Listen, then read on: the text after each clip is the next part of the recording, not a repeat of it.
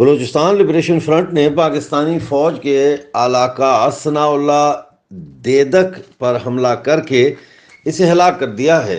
ये हमला 9 सितंबर को केच की तहसील दश्त के इलाके शय जंगी में किया गया। बलूचिस्तान लिबरेशन टाइगर्स ने पीर के रोज 3 गैस पाइपलाइनों को बम हमलों का निशाना बनाया और डेरा भुट्टी में पाकिस्तानी फौजी काफिलों को निशाना बनाकर 8 पाकिस्तानी फौजी हलाक कर दिए हैं। अनंतनाग में चल रहा था एक एनकाउंटर और इस एनकाउंटर से एक बुरी खबर कि कुछ कैजुअलिटीज इंडियन आर्मी को भी झेलनी पड़ी और कुछ बड़े ऑफिसर्स शायद शहीद हुए। मेरे पास डिटेल्स हैं कि कौन है वो, लेकिन जब तक गवर्नमेंट नहीं बोलती है, जब तक आर्मी नहीं बताएगी, जब तक आर्मी अपनी डिटेल्स नहीं देती, तब तक मैं कुछ नहीं बोल सकता। पाकिस्तान बेस्ड एक आतंकी संगठन है जिसका नाम है टीआरएफ। उसने ये बोला कि उसने एक टॉप एलईटी कमांडर की हत्या का बदला लिया है। तो पाकिस्तान में इस समय चर्चा तेज है कि भारत सर्जिकल स्ट्राइक कर सकता है, फिर से सर्जिकल स्ट्राइक जैसा कुछ कर सकता है। और जहां एक तरफ तालिबानियों ने धज्जियां उड़ा रखी हैं, साफ तौर पर मैं कहूंगा धज्जियां उड़ा रखी हैं, बल्कि कितने बड़े इलाके पर तकरीबन बताया जा रहा है कि पहले तो नॉर्थ वजीरिस्तान का इलाका था, अब उसमें एक जिला और ऐड हो गया। बताया जा रहा है कि 2.5-3 जिले ऐसे हैं जिस पर पूरा का पूरा कब्जा हो गया है तालिबानियों का, और इनकी हिम्मत नहीं हो रही उनसे छुड़वा ले। तो एक तरफ जहां पर उधर लड़ रहे हैं, इधर भारत पहले तो इतनी इनकी फौज में ना मजबूती ना इतनी फौज है कि ये 2 फ्रंट वॉर को झेल सकें। अगर भारत ने कुछ भी किया तो फिर पाकिस्तान बिखर के रह जाएगा, शायद 1971 से भी बुरी स्थिति हो जाए। इसलिए ये लोग जानते हैं कि कुछ तो करो, कुछ तो करो। इसीलिए आज पूरे रावलपिंडी हेडक्वार्टर में पाकिस्तानी फौज में भूकंप आया पड़ा है। और मैं कहूँगा कि ये अपॉर्चुनिटी भी बहुत अच्छी है, अपॉर्चुनिटी बहुत अच्छी है, कभी ऐसा मौका मिलता नहीं है। इस समय पाकिस्तान को सबसे गहरी चोट दी जा सकती है, कितना भी प्लानिंग कर लें कुछ भी नहीं कर पाएंगे। गुज़िश्ता रोज एक वीडियो वायरल हुई जिसमें तहरीक तालिबान पाकिस्तान के जंगजुओं को चित्राल में वाक़या एक अहम पाकिस्तानी फौजी हेडक्वार्टर में दाखिल होते दिखाया गया है।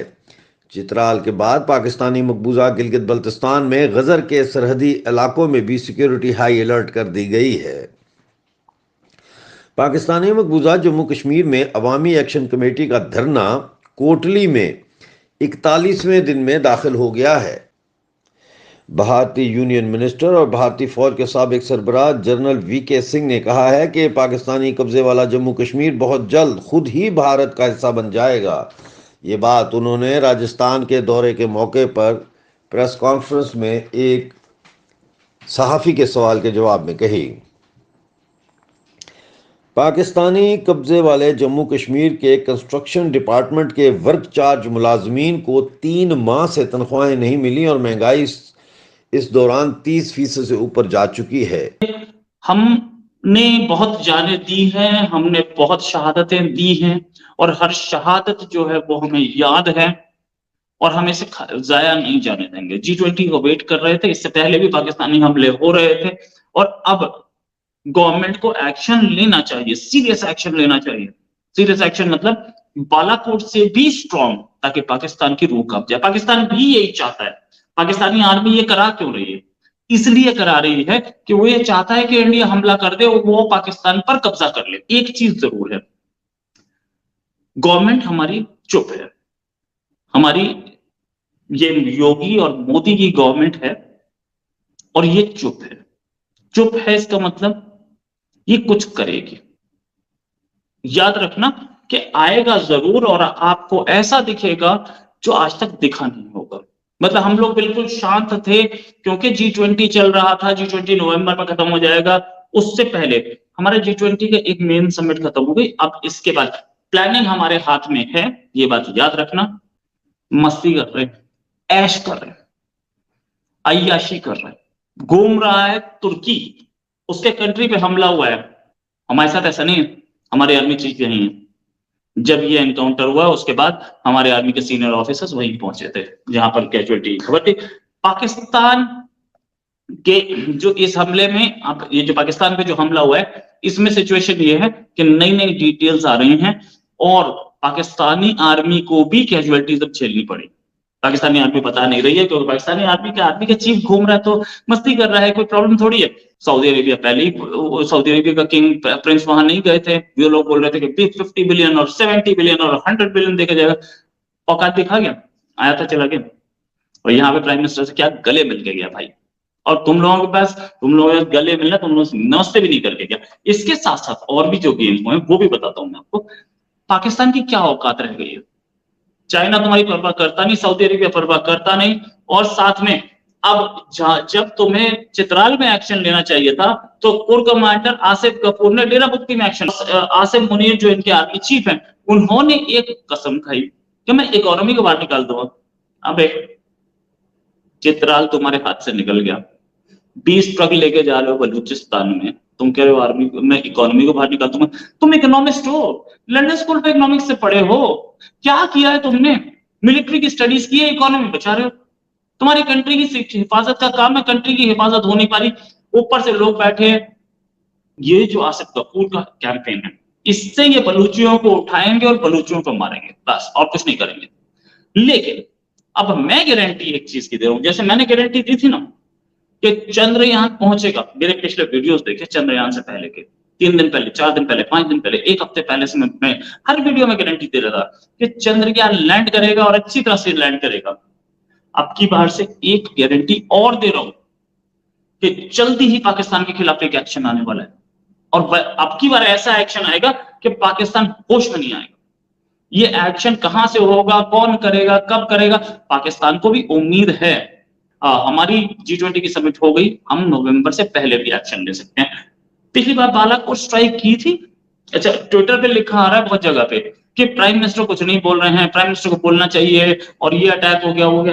प्राइम मिनिस्टर कुछ नहीं बोल रहे हैं, प्राइम मिनिस्टर बोलेंगे और बहुत कुछ बोलेंगे। प्राइम मिनिस्टर आवाज, प्राइम मिनिस्टर की ना, प्राइम मिनिस्टर का काम बोलता है। प्राइम मिनिस्टर इंडिया के मोदी हैं, और उनके जो प्लेन है वो सीधे अंदर घुसते हैं और मार के आते हैं। इंडियन आर्मी इतने दिन से तैयारी कर रही थी, और इंडियन फोर्सेस सारी की सारी तैयारी कर रही थी इनफैक्ट, और हम बताएंगे इनको कि पाकिस्तान की औकात है क्या। ये आसिम मुनीर जो घूमता फिर रहा है ना चारों ओर, कभी टर्की कभी कहीं, इसको भी बताएंगे, चिंता मत करना। और तुम्हारे जो हमारे जितने भी सैनिक शहीद होंगे ना, या अधिकारी शहीद होंगे ना, उन सबका एक एक ड्रॉप ऑफ ब्लड का बदला लिया जाएगा। पाकिस्तान पहले, अभी तक हमारा जो काम था, हम अपने कंट्री को डेवलप कर रहे थे, कंट्री के रिलेशंस बेटर कर रहे थे, साथ में हमारे जो मैचेस चल रहे थे पाकिस्तान के साथ क्रिकेट के, वो हमारे बायलैटरल मैचेस नहीं थे, हमारे वर्ल्ड कप के मैच थे। और हम ऐसे नहीं कर सकते कि क्रिकेट मैच में वो हम एक एशिया कप में खेल रहे हैं तो पाकिस्तान के साथ ना खेले। कल तो पाकिस्तान का एथलीट अगर कहीं आ जाएगा ओलंपिक्स में तो हम वहां पे भी नहीं कर देंगे, हम वहां से भी पुल आउट कर जाएंगे।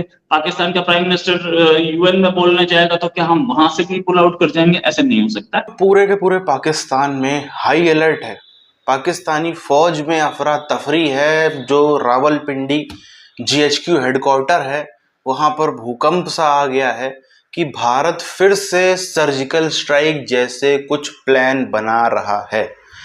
अब इनके ना जाने किस तरह के जासूस है, मैंने आपको पहले भी बताया, दिल्ली एयरपोर्ट के बाहर बैठे रहते हैं।